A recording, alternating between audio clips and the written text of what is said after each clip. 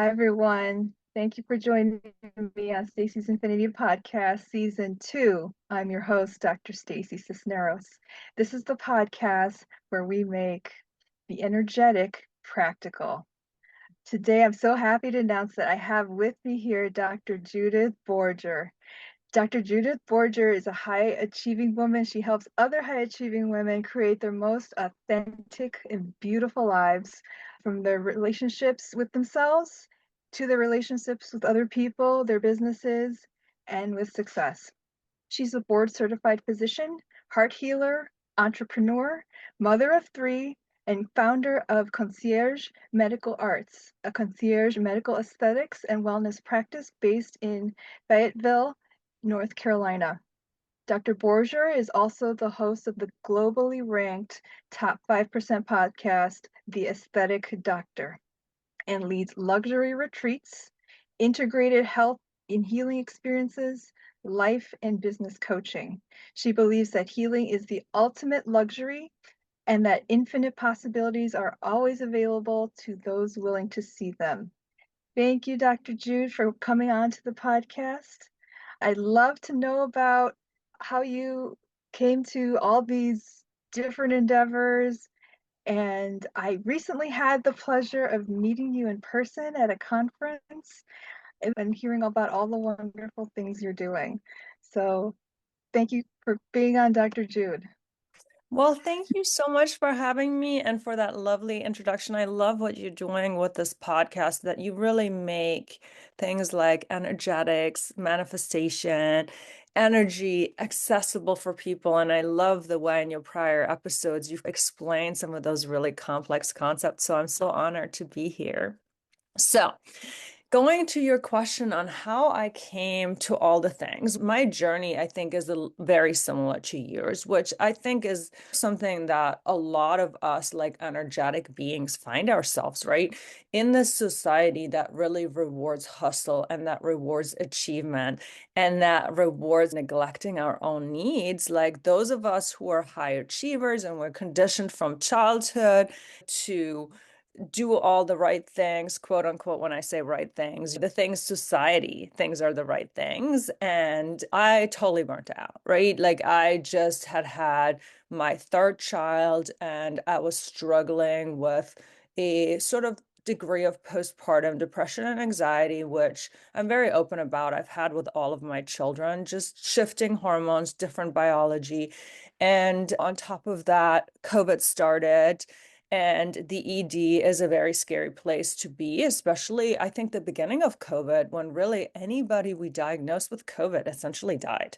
And so I went through full-blown burnout. I had suicidal thoughts. I had just nightmares about going back to work. And that's when my journey started in terms of stopping to just achieve and live in what I call like the material world and really investing in coaching.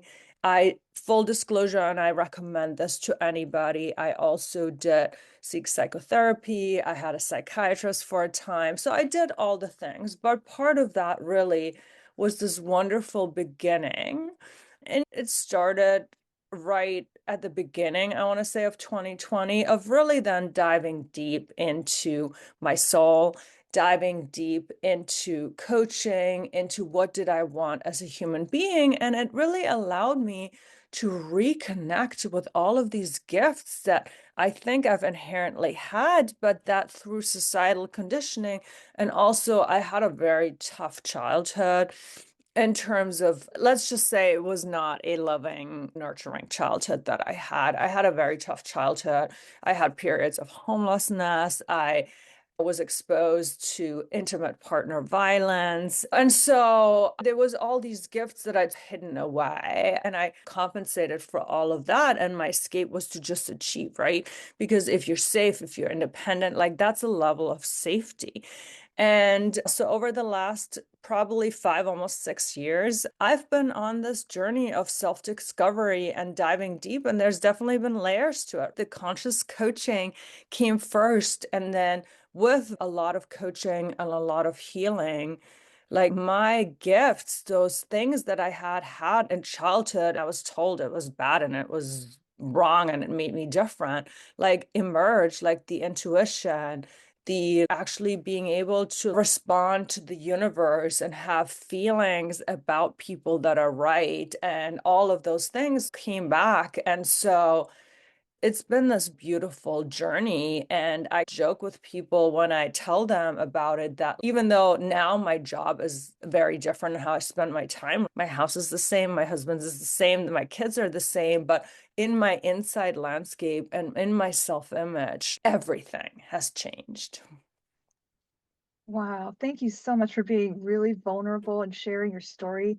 And really, it sets the platform for a new beginning, an inward focus going forward, whereas we're taught by society just to kind of push forward and forget everything that happened in the past, like it doesn't apply. But you and I know that our memories and our traumas, our happiness, all of that is encoded inside. And once we stuff it, it wants to come out to be healed, whether we like it or not. Um, so I want to ask you a little bit about how you found this heart healing modality and share a little bit about what that means and what it is. Yeah, so I absolutely love heart healing, and I love talking to you about this because we both do subconscious work. So, heart healing is a revolutionary method, and in the UK, it's actually an advanced counseling recognized certification. So, I have to get UK counseling accredited like CME.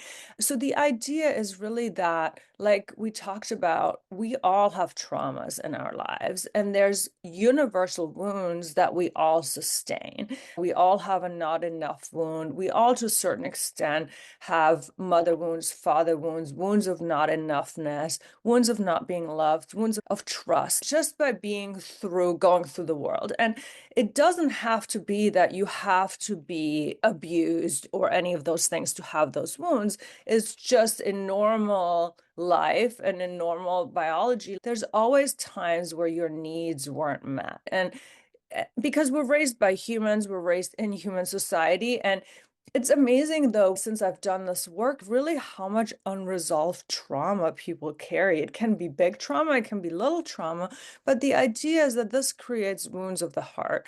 And we store them, like you said, in the subconscious. And heart healing is just a modality, really, where we give our inner child a voice in a safe space in our subconscious and allow us to heal that inner version of ourselves. A lot of times when we have these reactions or these feelings or those thoughts, or we act or react, who's really acting or reacting is that 3-year-old that was told that they're not worthy, or maybe that just misunderstood what was happening when their parents were getting a divorce and thought, like, wow, I'm not enough. That's why my dad's leaving. And clearly, likely that was not the case, but we internalize that, right?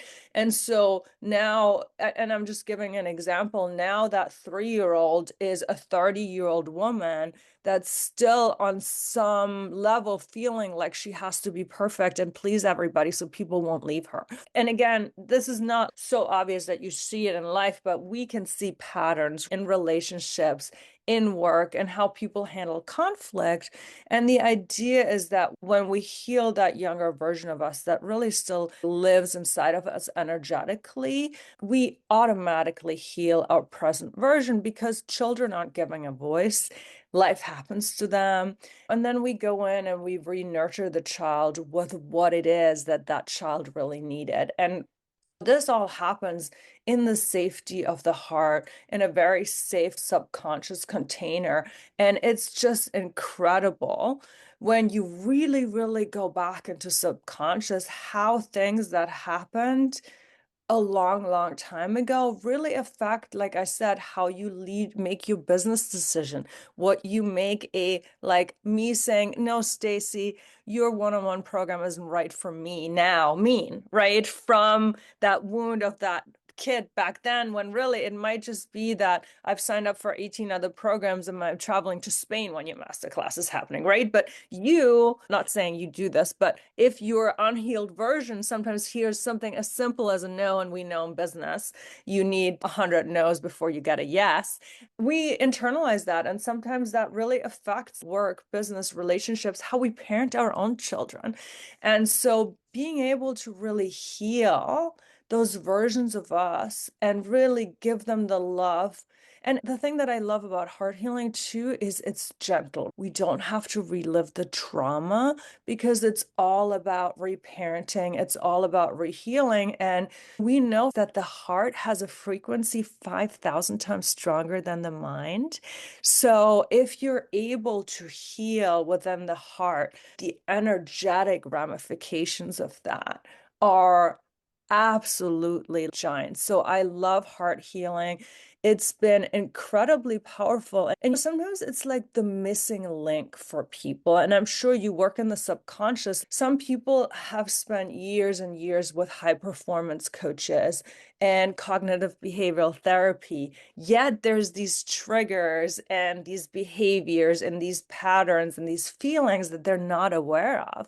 And it's because they're hidden somewhere in their subconscious. And by going into the subconscious in a gentle, safe, and open way, and just allowing what may come up to emerge. Because what I hear so many times after a session, other than that people have powerful shifts after even just one session, is that they're like, wow, I didn't think that was going to come up. I thought this was going to be all about my mother. I completely didn't think that the one thing that was going to come up that I was going to cry about today, that my subconscious wanted to show me. I didn't think this was important. Clearly, it's important enough that it now affects how you show up online, how you show up at parties, how you show up in your current relationship, and as I said, how you parent your children. So I am such a big fan of heart healing. And to me, it was really my missing link. I think the journey that I undertook was I started very cerebrally. I started very cognitive behavioral.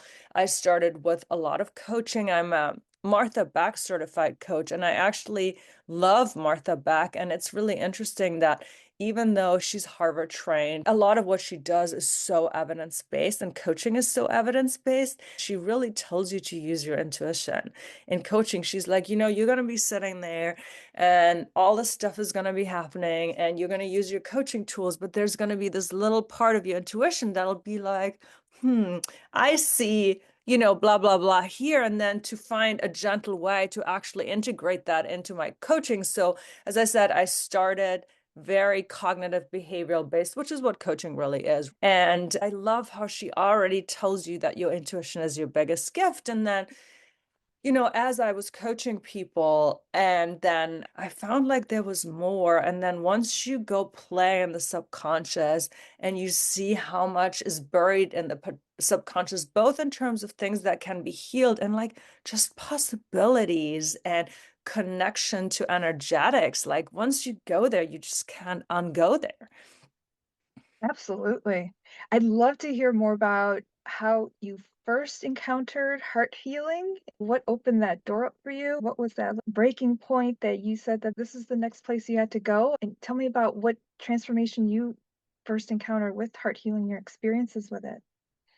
Yeah, so this is actually a really cool story. So I was at the Miraval in Arizona, and I don't know if you've ever been to the Miraval, but the Miraval is like my favorite place to be ever. And I had this very clear and strong vision. And it was about a circle of women dancing around a fire in a very beautiful, feminine empowerment ritual, and understood in my vision that these were all healers. And there was a bunch of women, there was like about 8 or so that I didn't know. And then there was one woman, Alexandra Stockwell, who was a coach that I had coached with, and funnily, who I know also has training as a psychic. And then there was a woman called Natasha, and she had dark hair and she was beautiful. And it's interesting because I knew who she was, but I didn't know her in real life. I just was like, oh, this is Natasha Libre. And I was like, I have no idea who Natasha Libre is. So I went on and I Googled her, and it turns out that she's the founder of Heart Healing. And so she had a free Facebook group, so signed up for it. And she did a free experience. And then after the free experience, I got a Facebook Messenger message that's like, hey, if you would like to sign up for her group experience, here's the link. What was your biggest takeaway from this free experience? And I was like, you know what? Thank you so much. I don't think I'm interested in this. If I'm interested in anything, it's something like a lot more high level and close proximity. And that's just who I am. And so then there was a response, and it was like, what are some of the things that you're looking for? How did you find Natasha? Because I'm sure they knew that I hadn't been in their world for a long time. So I thought it was just their team now messaging me. And it turns out it was her. And she was like, if you want to talk about what are some of the possibilities, just let me know. And how did you find me? And what are you thinking? And all this stuff, right? And so I left her a message and I said, you know what? This might sound really crazy, but I had this vision and you were in it. And this exactly was my vision. And so that's how I found you. And so she actually voice messages me back at this point. She was like, this is so crazy because I've had that same exact dream for about 2 years. And basically, what it's telling me is that I need to have a sacred circle of women, and it has to be limited, and it has to be all about a priestess initiation and recognizing her priestess gifts. I just haven't done it because financially it makes no sense. And so I was like, oh, that's so cool.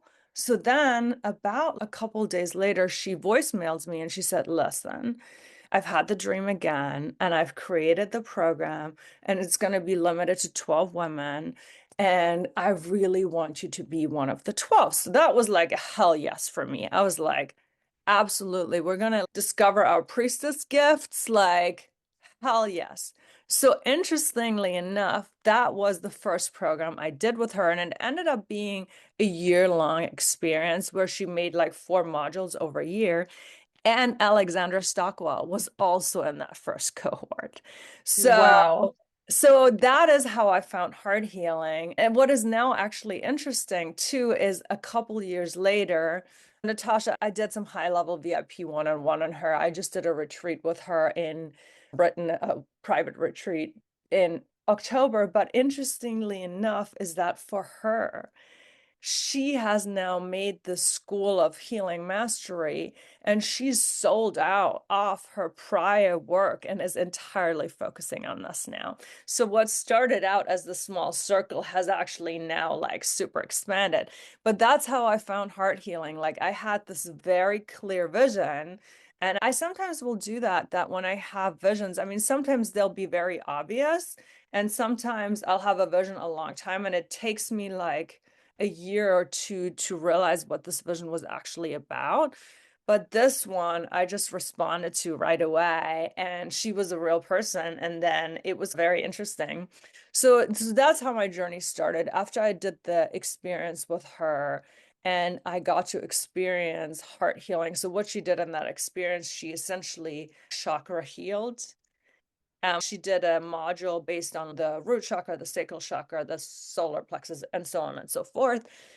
And I found such shift just in the way I felt, and also my clarity of what I was seeing, how I had clarity in my business, just how I felt, that I signed up for her certification program and her advanced certification program. Because sort of like you shared with me about infinity healings, once you experience it, you want to bring it to people in the world.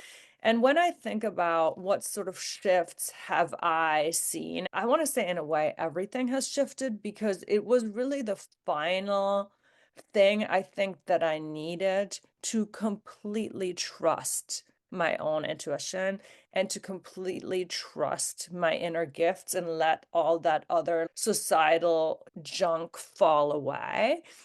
I quit my at that time part-time job, and I'm just doing very per diem ER. I held some beautiful retreats that also I had visions for, that I was like, no, this is what I'm going to create. And it was really during those retreats that I felt so in flow. I was able to transform the relationship with my parents because, like I said, it was a very traumatic relationship, and it's very hard when you're a child.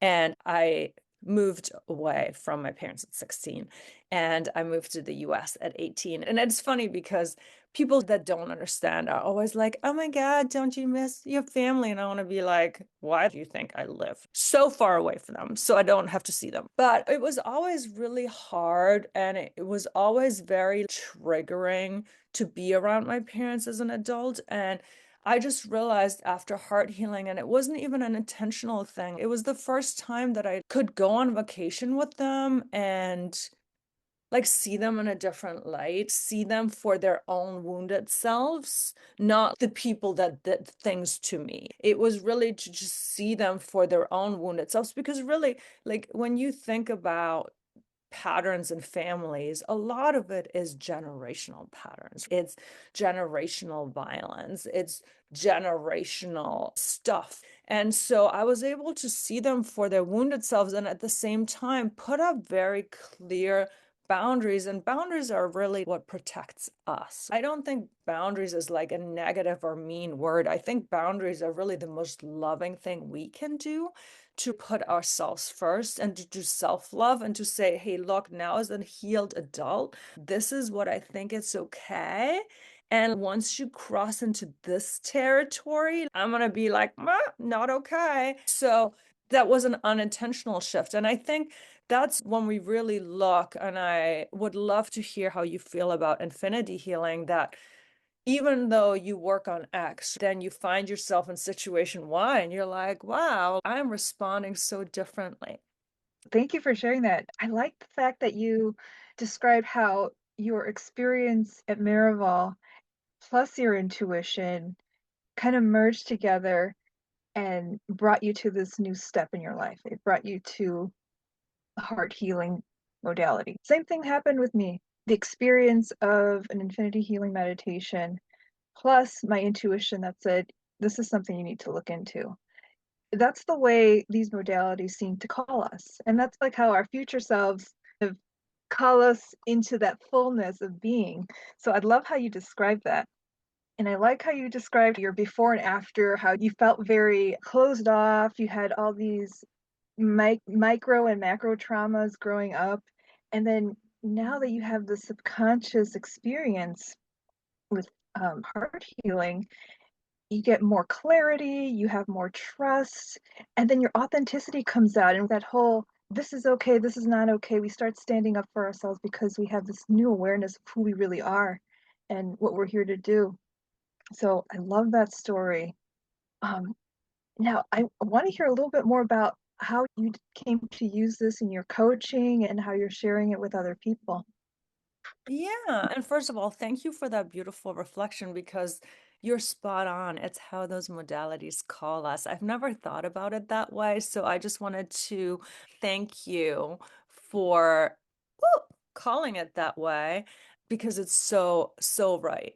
You're so right on. So thank you. Yeah, I use it in a variety of ways. Now, one of the things I got really clear on also was what my passions are in coaching. And I love in-person retreats. I've hosted a couple of them now, and there's just something so magical about the energetics, about the connection, about the idea that I think people falsely think that one-on-one, and I love one-on-one, but one-on-one is the best way to get transformation. I actually disagree. I actually think a group setting is the best way to get transformation, because the energetics amplify, and because sometimes it's so much easier to see something in somebody else that you can't see in you. And that also goes with gifts and potential. And there's just this incredible, like, if you've ever been in a well-run group experience, there is just this amplification of healing energy, of nurturing, wanting the best of you, of safety, of shared connection. Like, for example, you and I have incredible similarities in our stories. And when I hear your story, I really get chills. I feel this connection. I feel seen. I feel heard. I just wish we were here in person to amplify each other. So I think when you can run a retreat where all of that happens, like it's beyond magical. Because of heart healing, I'd seen these arc of transformations, and to create them, it's a big step, and a retreat costs so much money. If nobody has hosted an in-person live experience, especially at a place at Miraval, it costs so much money. And then of course there's this like, who's gonna come? And so that's a big risk actually to put on a retreat. So to have that on myself, to be like, no, I've seen this arc of transformation, I'm going to do it, and it's going to be magical. And then it was magical over and over again. So I do heart healing during my retreats. It's not the only thing I do, but I integrate it. And I think that's a beautiful way to use some of that subconscious work. As physicians, we have all these tools in our tool belt. I think those of us who are experienced coaches and have trained in different modalities, I think that's the beautiful thing, that I can respond to you when I coach you from my intuition. I can respond to you from my scientifically sound coaching. And then at the same time, though, I can then use the subconscious work to really go deeper and to go underneath. So I use it a lot in my in-person experiences. I do luxury semi retreats at the Miraval, and these are for high achieving women. It's luxury, but it's healing and it's total wellness. And it's not just for physicians. And then I also started doing deep healing retreats, which is more intimate. I rent a place in the North Carolina mountains, and it's both deep healing, but then I also utilize ketamine therapy, because we know that ketamine for mental health, especially for trauma, can really help rewire neurons. So I use heart healing with that. And what I hear my retreat participants say, they're like, wow, this heart healing in 1 or 2 sessions. I have worked on this relationship with my mom for 8 years in therapy. How come in 2 sessions, I suddenly feel like there's this huge breakthrough? And then I do some limited one-on-one work. I very much limit my one-on-one work. I love it. And I feel like my energy is the thing that I value most. So I don't want to burn out from coaching.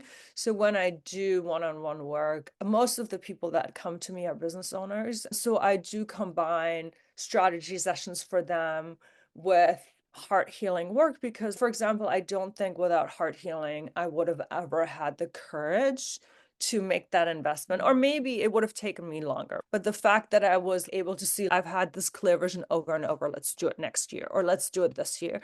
And so again, when there's this wounded part of ourselves, it affects things in our business. So I felt like that the business owners too that have been willing to come and do heart healing, again, they have seen huge breakthroughs in terms of having records months in their sales, or getting new opportunities, or putting themselves out there to speak on this next level stages, versus before that being like, who am I? So I use heart healing really in all the things that I do. And I continue, and I think that's one of the things that I want to tell everybody too. Sometimes it's also okay if you love a modality and there's nothing wrong with it just being for you, right? For me to be my most healed version, because then it allows me to show up in the world for others and have so much clarity as to what do I want my mission to be? Where do I feel there's the most flow and impact, versus I'm stuck in this healthcare system that wants me to see 100 patients a day and doesn't value me and blah, blah, blah, because I haven't found the courage yet to speak up. But I want to just tell you listeners that if you find a modality or something and your wellness improves, there needs to be nothing else to it. That is worth so much. So don't ever feel like we have to use it to make the world a better place. If your wellness improves, that is more than enough. Absolutely. Love that. And I'm going to just reflect back at you. That's exactly what happened when I found Infinity Healing, which is my preferred modality.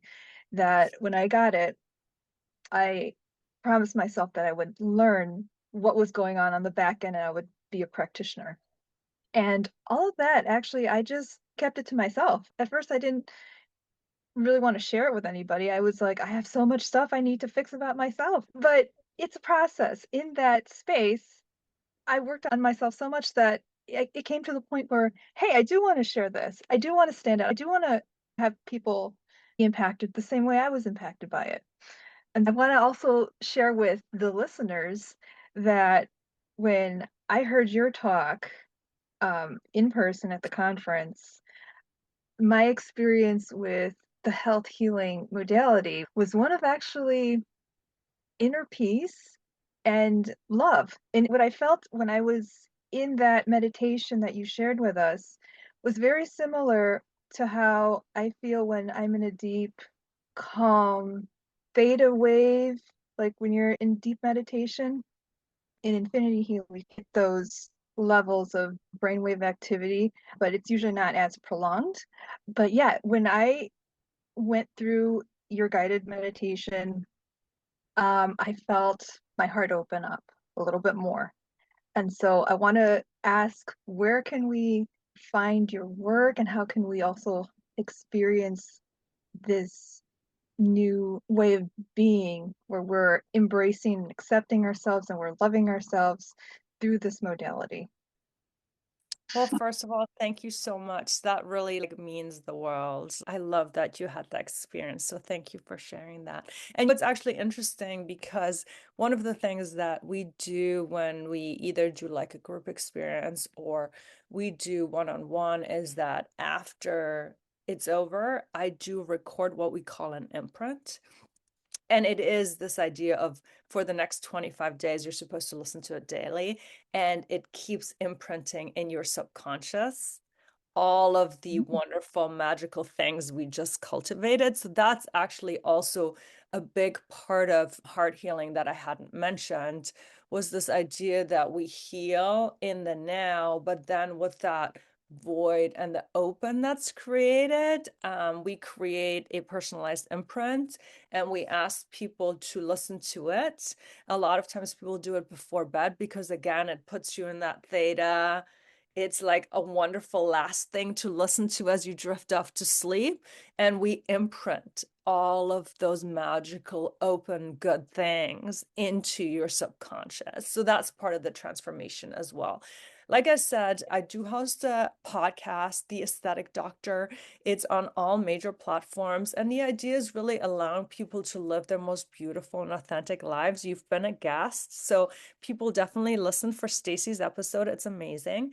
I combine the med spa side of me and the coachy side of me to all the things that I want to talk about. And right now I'm focusing on my retreats. I have high-end luxury CME retreats, and it's like real CME through Pinnacle, which again, it's very great for business owners because it allows them to use business expenses, CME expenses to do something for their own wellness. And I think that's really the best way to use your business expenses. And even though there's a lot of physicians at my retreats, we've had for next year, there's already a bunch of lawyers signed up. We've had vets, we have realtors, we have photographers. And I love that again, because one of my big key factors is this idea of belonging. And I don't ever want to make something exclusive to somebody because I feel like there's this common humanity.